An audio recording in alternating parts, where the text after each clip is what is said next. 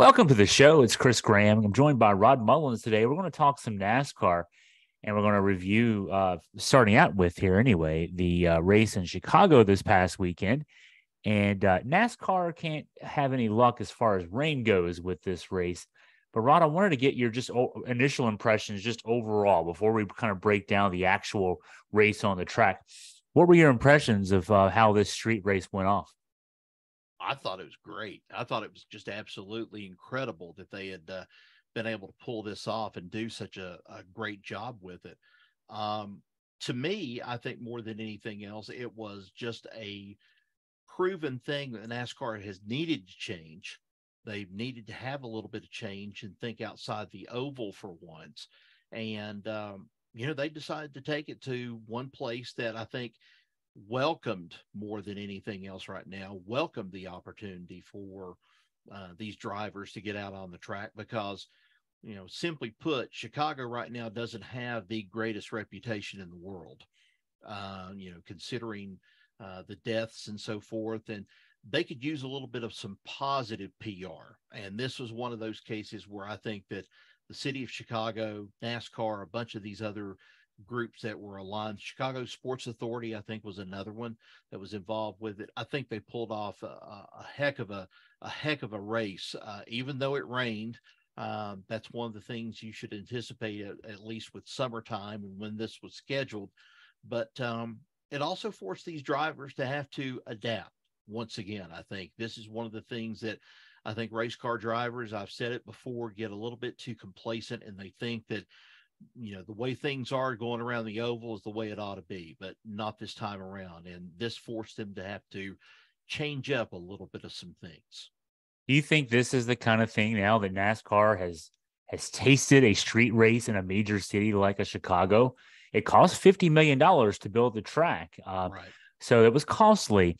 But do you think now that NASCAR has this experience that it's going to be something that we'll see again in the future? I think so. I know Chicago has another option on it for next year. They have a 180-day, to get out of the clause, just in case, like by the time 24 or the 2024 season comes up and Chicago suddenly says, we can't do this. They've got more than 180 days to kind of come up with another solution for this. But I don't think they're going to, not this time around. I think we're going to be seeing another street course race there. And I think based upon the success of this one, I think we're going to see it in some other places. I also think you're also going to see some of these cities step up that have traditionally held IndyCar races, particularly, I think, Tampa, St. Pete, some of these places and some places out west. I know Portland, I think, does one, or somewhere out in west, they do one. I think it's going to open up a opportunity for them to be able to go and to go out west and to maybe hit some other markets and quite possibly even go back into Toronto, go into the Canadian market is what I think it's going to happen, because they're already in talks about going back to that Canadian road course track. I know that the Xfinity Series has run there before, but now there's serious talks about putting them the Cup Series there on at least on a regular basis for 2 years. So we'll have to just wait and see what happens with that. The winner on Sunday, a guy named Shane Van Gisbergen. Nobody seemed to know how to pronounce his name. The TV announcers, Joey Logano called him Van Burger, Hamburger. Brad Keselowski tweeted he didn't know who he was when he was walking beside him on Saturday at the track, on the track walk. But he's a guy that there were people who know international racing. He's a New Zealand native, a 3-time champion on the Australia Supercar Series. There were people ahead of the race who were saying this guy's going to win. I mean, his experiences in street racing. This guy's going to be competitive, if not win the race. Breakout star. I mean, he's a guy now I'm seeing talk about him, maybe at his contract with Supercars is up at the end of this year. He might be a full-time NASCAR guy next year. What a weekend for him. I know that there is one Aussie that is sitting down in the land down under that is just kicked back with his feet up, and he is laughing all the way because Marcus Ambrose pulled off a road course win at Watkins Glen several years ago for Richard Petty, running under the Ford banner at that time. And this just proves to me that some of these drivers, and, I might be, towing the line here by saying this, but I think this win by Shane Van Gisbergen set more than anything else in motion that some of these NASCAR drivers aren't as good as they thought they were. I think that's just as plain and simple. Supercars, they do some different things. I've not followed them that much, but when I heard that he was going to be racing, I thought to myself, man, we've got a thing that could possibly happen like shades of Marcus Ambrose all over again. And sure enough, he was there. I think he never dropped out of the top 20, I don't think, the entire day. He stayed there in the pack. And then right toward the very end of the race, I couldn't believe the move that he made. It took some quote unquote balls to make a move like he did, to go around the leader, Justin Yaley at that time. It was incredible just to see. And he was patient. He was not one of these like we saw in the last 10 laps to go of this street race. You started seeing a lot of impatient drivers trying to make their way toward the front. He was just coasting was what he was doing. And I think Chase Elliott put it best that, here he comes, somebody from down under, and they come over here and they show us up what bad drivers we are. Well, that's kind of to say the state of the series, so to speak.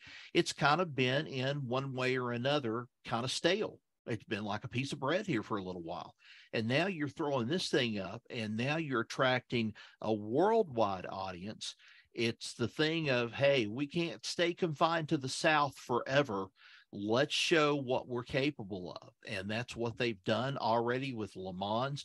If you look back at the pictures of the race at Le Mans, the Camaro was the biggest car out on the track. I mean, it was huge compared to some of the other ones that were laying so low to the ground and so aerodynamic, but it had power. And they picked up a lot of fans over in France, and they've picked up a whole lot of worldwide fans now because, like you were saying, there's talk, his supercars contract ends this year. I don't know what he's going to do for 2024, but he says there's the possibility, hey, I may show up here. If he does, Trackhouse Racing is probably going to have him, and it's going to be unreal what Trackhouse could possibly do with a driver of this caliber. Yeah, he was there with Trackhouse through their Project 91 program, right. It'll be an interesting backdoor into NASCAR if Van Gisbergen was able to play his way into the circuit full time through Project 91 and then winning this race, of course. So we talked about possible. I mean, I asked about the possibility of something like this again in the future because, okay, this was experimental. The weekend with all the rain, some parts of Chicago got 9 inches of rain on Sunday alone. Yeah. We saw the pictures of the tires floating in the pits, pictures and video that were posted to social media of that. Chicago can't help that. But, we did see, the dirt race at Bristol, I thought was well received last year, and we had a second one this year, and it's not on the schedule for 2024. So, right. NASCAR's experimenting, and they're willing to to have potential failures. Nobody knew how this race was going to go this weekend, right. But I would say, I mean, it seemed like I read one account that said somewhere around 80% of the fans who bought tickets to this race were first-time NASCAR event attendees. Yeah. That's huge for NASCAR. This is the kind of thing, whether it's this specifically in Chicago, maybe another city with a street race, maybe more street races added in the future. This breaks the doldrums that maybe NASCAR can let itself get into. Yeah, I agree with you. I agree wholeheartedly because, this was taking a chance. I know that when we first reported this whole thing, last year, when we were talking about this, some of the drivers were up in arms. It's like, no, we don't belong on a street course. We don't need to be on a street course. It's time to put that kind of thinking aside and, give the fans what they want. And, you mentioned it. 80% of these fans went and they bought tickets to this thing, and then you could watch around certain corners, certain turns, straightaways, especially there around Grant Park and there on the back street, that you saw people as many as 5, 6, 7 deep sometimes, trying to all get a good eye at what was going on with the race.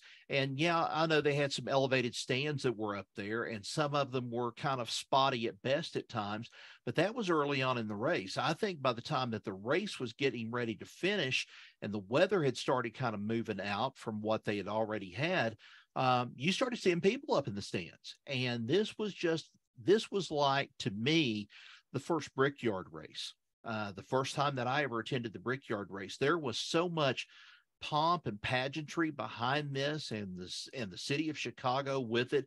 This just seemed like such a great event. And, where they take it from here is going to be the big story. Now, as for Bristol with the dirt race, I don't know. I thought there was at least a great recipe there for it, but I don't know what the fans, the fans are very hard, very fickle right now. And, there's some fans that still, especially at Bristol, that haven't got over that top groove being taken away that they had at one point at Bristol with the addition of the safety barrier. And then also they kind of trimmed it off up toward the top, and it reduced the being able to make passing lanes or being able to pass somebody on the high side. There's people still upset over that. They said that took away the best racing we've ever had. I've seen some great racing here in the last several years at Bristol, and I've seen some great racing on dirt. But, the fans are going to have to, I hate to say it in this kind of way, the fans are going to kind of have to put down their silver spoon, and they're going to have to kind of eat with a plastic spoon here for a little bit, because this is the way things are going. And I know it's not the Southern sport that what it used to be, but this is trying to appeal to a more worldwide audience. And when you bring these drivers in of such capabilities, such as Van Gisbergen, and SVG, as they called him, you struck a nerve somewhere. And I think, we still haven't seen, think we're going to see a Japanese driver at the Indy course when they run the Brickyard at the Indy coming up about the last of the month, first part of August. We're going to see a Japanese there. It's going to be competing. This is actually America's way of saying, hey, forget about IndyCar. Look at us. Look at what we've come from, and look at how we've been able to transform this from this backroads moonshine hauling operation to this full-pledged fan experience. Yeah, I think the sky's the limit for NASCAR if they can, keep together everything and the dollar signs and make sure that everything is well within their budget, what they need to do. I might have said this on a recent podcast, but what NASCAR could do with this, and having an international winner of this race could even further this aim, could kind of be like what NBA did with bringing in the stars from Europe and from across the pond and playing in the NBA, making the NBA the destination for basketball worldwide. And also, I didn't say this in the last one, but MLB, Major League Baseball, same thing. The top stars of Japanese baseball, the top stars from the Dominican Republic, from Cuba, from Mexico, Japan, certainly, they all want to they want to play here in the States. And so if NASCAR can become the same in racing, that would be a big coup there. I wanted to get one other thing in about this race that I thought was neat. I was reading about this over the weekend. For the most part, when the NASCAR teams drive from city to city, the drivers stay in their luxury motorhomes, and they stay on the infield. Well, and as a result, they kind of stay to themselves from, they're there in their little self-contained units from week to week. Chicago didn't allow that possibility, because Chicago being a big city, and the race was in the city of Chicago. All the drivers had to stay at hotels, and I read about how interesting it was, the dynamic there, the racers interacting with each other in ways they don't normally do during the season. Also just interacting with fans because of the fact they were staying at hotels near the course. a lot of interaction with fans. Some drivers walking around unnoticed. They noted that on social media, which is an interesting little aspect. Yep. But just, I know that they're not going to go back to let's get rid of the motorhomes and stop staying on our own kind of thing. But another neat element to this race was just the way the drivers had to interact with each other and also interact with fans. Yeah, I agree with that. And, that kind of harkens back to the old days of the old circuit when you got so far away and you didn't have any other thing but a pickup truck. And then you had a trailer with a car on top of it. And then you hauled it around. You went from track to track and you stayed at, pardon the phrase, you had to stay at every flea-bitten, flea bag motel that there was, cockroach-ridden motel that you could find. If it was like $9 a night, that's what you took. You took $9 a night. That's what you live with.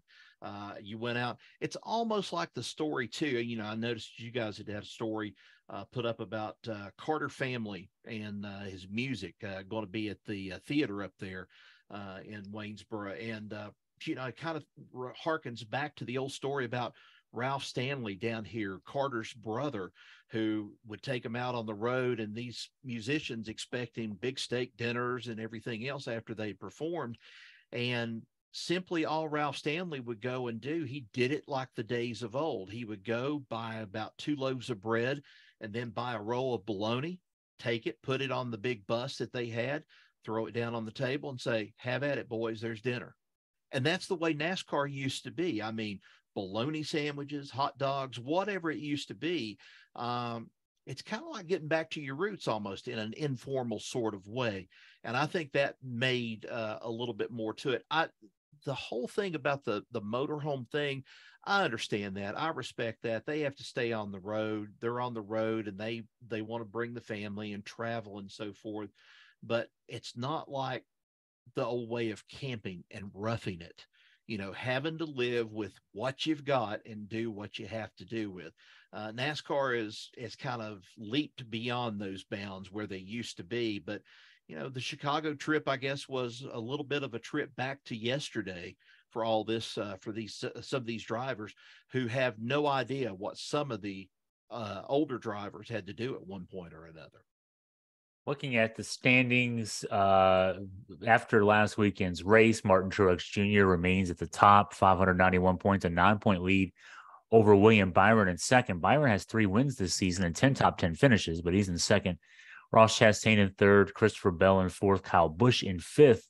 And then you look at the cut line for playoffs, the 16 who make the first weekend of the playoffs. Actually, I'll even go up to 14, Ricky Stenhouse Jr., 15, Bubba Wallace right now, Ty Gibbs in 16th. And then on the other side of the cut line for the moment, Daniel Suarez, Michael McDowell, AJ Allmendinger, Alex Bowman. Down in 24th is Chase Elliott because he missed several races. Yeah. So we could see who has the advantage right now in the points and also who has work to do heading into the next few weeks.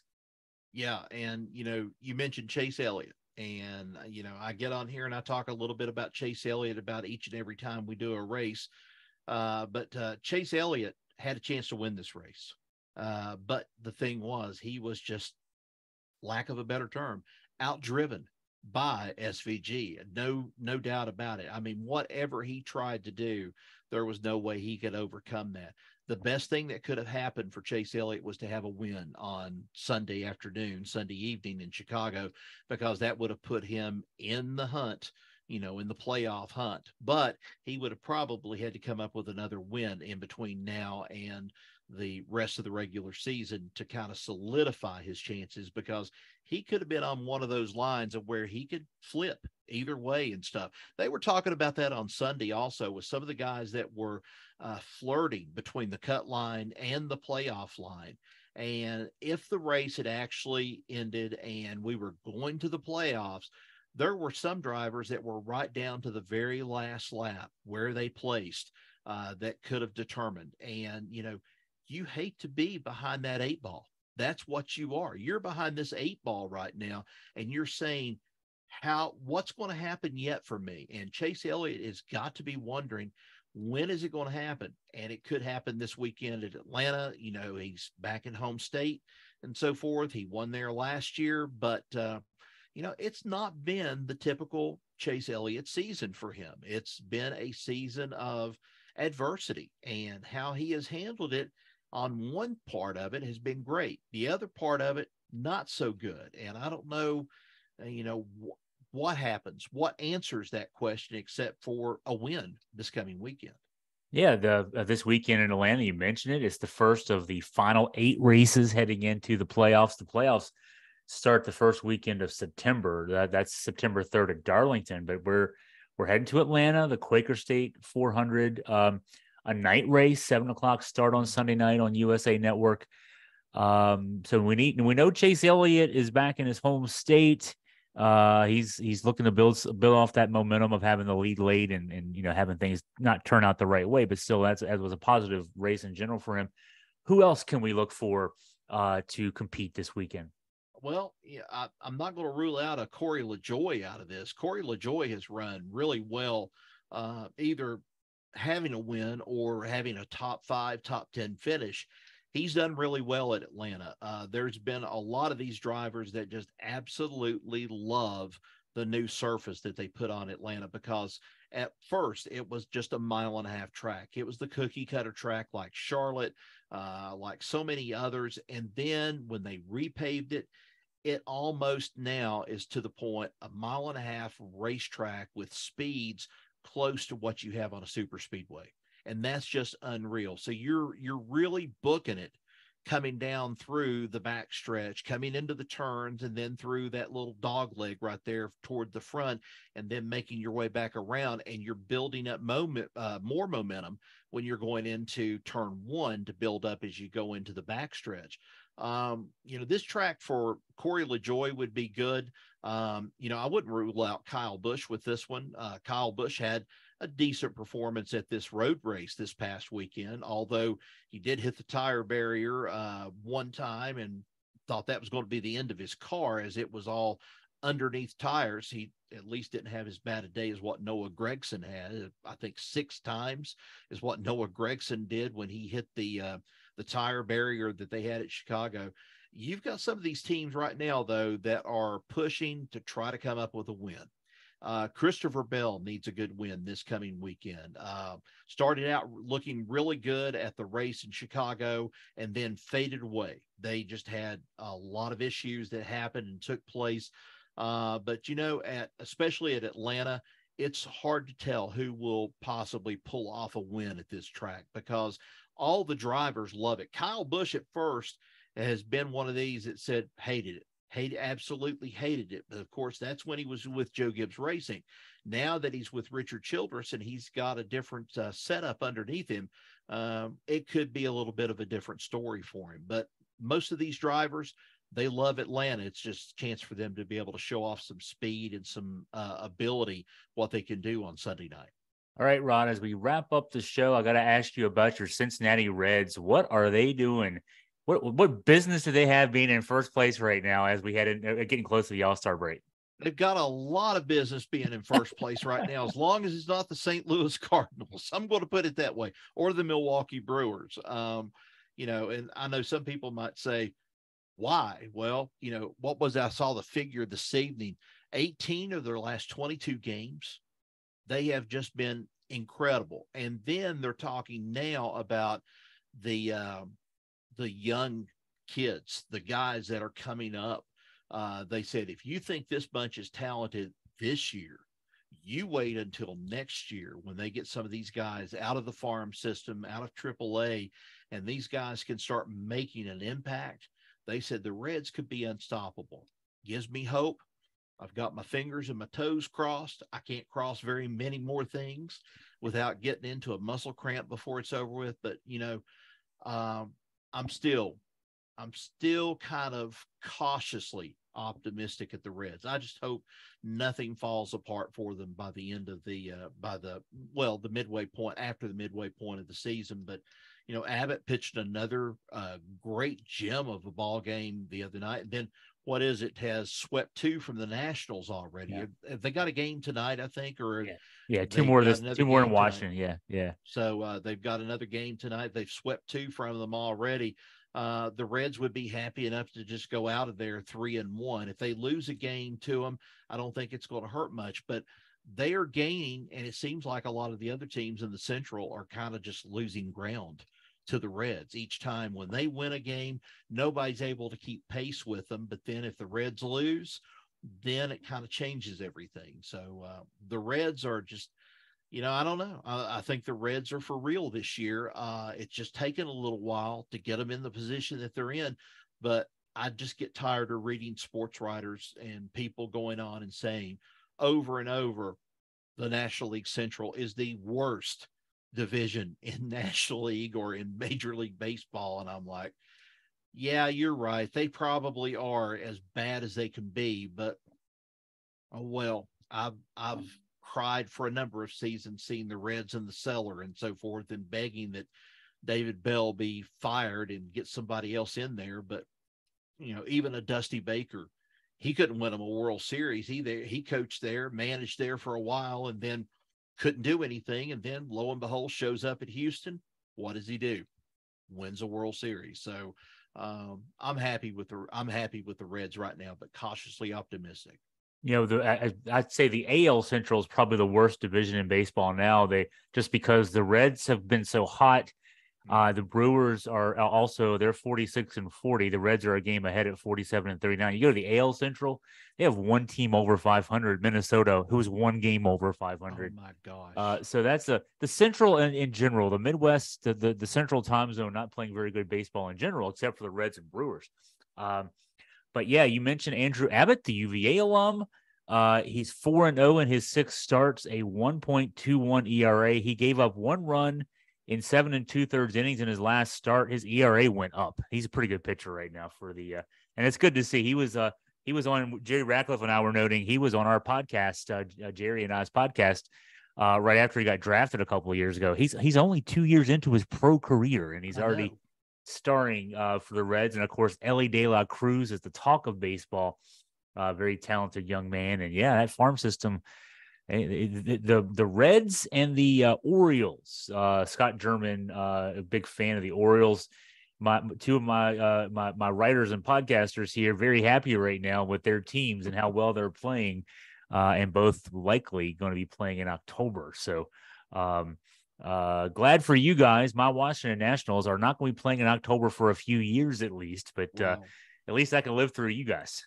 Well, I mean, hey, I would just as soon see the Nationals. I've kind of always kind of secretly pulled for the Nationals when nobody else that I can think of besides the Cubs or somebody like that. Poor Cubs over the last few years. I guess I feel sorry for them so bad. That's the reason why I've thrown support behind them. But with the exception of a couple of years, I've been steadfast about the Reds for such a long time. And I kind of had a dark side with the Force moment and fell away and went with Atlanta for a couple of years. And then I'm like, they're a joke. I don't want to fool with Atlanta anymore. So I went back to the Reds, and I've lived with it. And to beat all, the year that my son was born, the 1990 was the year that the Reds last won the World Series. And I called it to a friend of mine. He was kind of saying to me, he said, well, what do you think the Reds are going to do? The Reds going to win it, or is Oakland going to win it? And I said, Reds will sweep it in 4. He said, you're really going out on a limb with that one. And I said, Reds will win it in 4. And sure enough, they swept them. And that was incredible for that win that year. Of course, that was the year that Marge Schott, Eric Davis got hurt in center field, making a dive for a particular ball, and damages or bruises up his spleen, or I think it was a spleen. Yeah. His spleen. And then Marge Schott didn't bring him back with the team, made him fly on his way back, his own way back to Cincinnati. And I'm like, that was the biggest slap in the face to probably one of their best players that they had at that time. And then not long after that, the dismantling process started on the Reds, and Davis was gone. And I'm just like, well, enough of this rubbing dog hair on people's chests all the time. I mean, Lou Piniella got the idea, and a lot of others did. So I've got to say now, I think they finally have got a formula. If they can just continue to stick to it, what's been successful for them. Makes me think there's, some fan bases like to say that their teams are cursed. The Red Sox always had the curse of the Bambino. The Cubs had the curse of the GOAT, who wasn't supposedly let into a game back to around the last time they won the World Series. Maybe the curse of the spleen is going to finally be lifted off the Reds here. I've wanted to do that. If I've had a bad experience with a team or somebody, especially even on the level of high school teams, I have just really wanted to go and bring a goat into the stadium and then let the goat go to the 50-yard line and take a crap right on the 50-yard line and say, "You're cursed. I hope you never win another game. As long as you put a field out here and you put a team on this field, I hope you never win another game." That sounds terrible, but yeah, that's kind of the way I have felt about some teams here in the last several years. So if Rod shows up, if Rod shows up to your stadium with a goat, beware. I won't do that. I won't do that. But it's crossed my mind, just like things have crossed your mind before. I'm sure that you're like, yeah, put a curse on them forever. I don't care if they ever win another ball game or something. I want to steal this goat thing. I love that idea. I'm gonna start taking a goat with me places. I'm thinking I need to go to Blacksburg here pretty soon. That would be great. Maybe Durham for the Cameron Indoor Stadium. I mean, there's. Hey, I don't think we need to go with a goat. Let's just go ahead and curse it with a possum. How's that? We can just take a possum. You can put it in on a leash and let it go in there and stuff. And then when it obviously wants to run some people off, have it hiss at people, train it to hiss at people. And then you might have the possibility of getting a curse going. But I don't know. Virginia Tech, they might hunt that possum down and want to study it for something in their agricultural part. I think, I would give credit to the Tech folks for knowing what to do as far as that goes, hunting and then doing some work with it. So that's true. All right, so maybe I won't go there, but there are some places to go with the goat, the possum. Yeah, there's some good stuff there. Well, hey Ron, as always, thank you for your time. Great talking to you. Appreciate it, Chris. Thanks.